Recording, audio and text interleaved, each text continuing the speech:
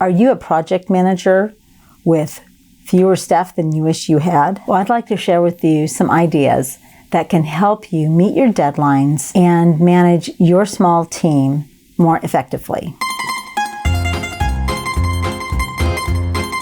Being understaffed is probably the norm these days, and I totally get it. We are all operating under budgets, and yet we still have to pump out the same kind of work, right? And that's pretty typical across many companies. But as a project manager, you have a lot in your control that you can do to help your team be more productive and not necessarily overstress. Here are a few ideas for you to incorporate. The first thing is to set realistic deadlines. In business, so many times it can feel like at the end of the day, there's so much to do, not enough time, and everything is urgent, right? Well, what I'd like you to consider doing is to step back a minute, look at everything that's on your list, see what is absolutely has to be done right away, and set a reasonable deadline for that.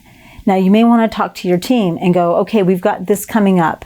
How quickly can you get this part of it done so that I can get that to the next person? Talk to your team, make sure that they're on board with you and that you're helping them to set realistic timelines for their work as well. Because realistic deadlines help people to feel more in control. And the more in control they feel, the better they're going to work. Adding to this idea is accountability. And that doesn't mean you're breathing down everybody's neck. But if you want to stay on top of the deadlines, what you want to do is to make sure you're doing short check-ins every day with your team to ensure that you're staying on track so that you can reach those deadlines. Also, if there's a snag, sometimes team members are reluctant to say anything because they don't want to let you down, but you're giving them the perfect opportunity to brainstorm solutions that they may not even be thinking of that can help them stay on track. Another important side benefit of setting realistic deadlines is that as your team accomplishes and meets these deadlines, they're going to feel more confident and more competent, and therefore they're going to be able to be more productive in their work. The next thing for your small team is think about how to inject fun and joy and play into what you're doing. Well, Anna, you don't get it. I'm under lots of pressures. I don't know how to do fun. Let me share a little work hack that I have for my team, and that is we communicate with one another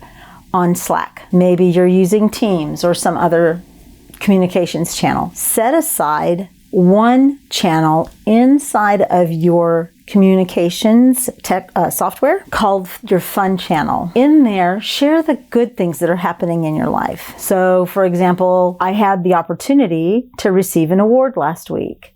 So I took pictures and I shared it in the channel, of course, letting my team know that I wouldn't have been there without them. But if we have somebody going to a party or making a big celebration, some kind of milestone, we put it in there. Number one, it kind of breaks things up a little bit and it gives everybody something to celebrate, because there's a saying that joy is strength, and it really is. Even if you're under a lot of pressure, just coming out from under the pressure, taking a breath, celebrating with someone can bring energy back into the team as you're getting back to work. Finally, think about incorporating outside resources for your team. You know, your team is good at what they do, but what if you need a little extra help? Then think about things like if you have to find lodging, reach out to a corporate housing provider like Capri. If you need a little extra help administratively, think about a virtual assistant or someone. Of course, you know, in your corporate structure, you have to look at how to get that approved. However, look for ways to incorporate outside help to get your team's work done. You know, people don't have to stay up till midnight every night when working on a project.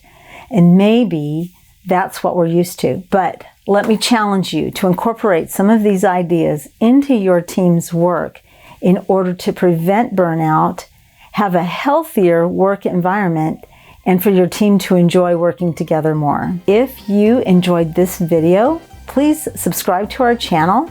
And if you're already subscribing to our channel, thank you. Also be sure to click the bell so that you get notified when new content like this comes up every week.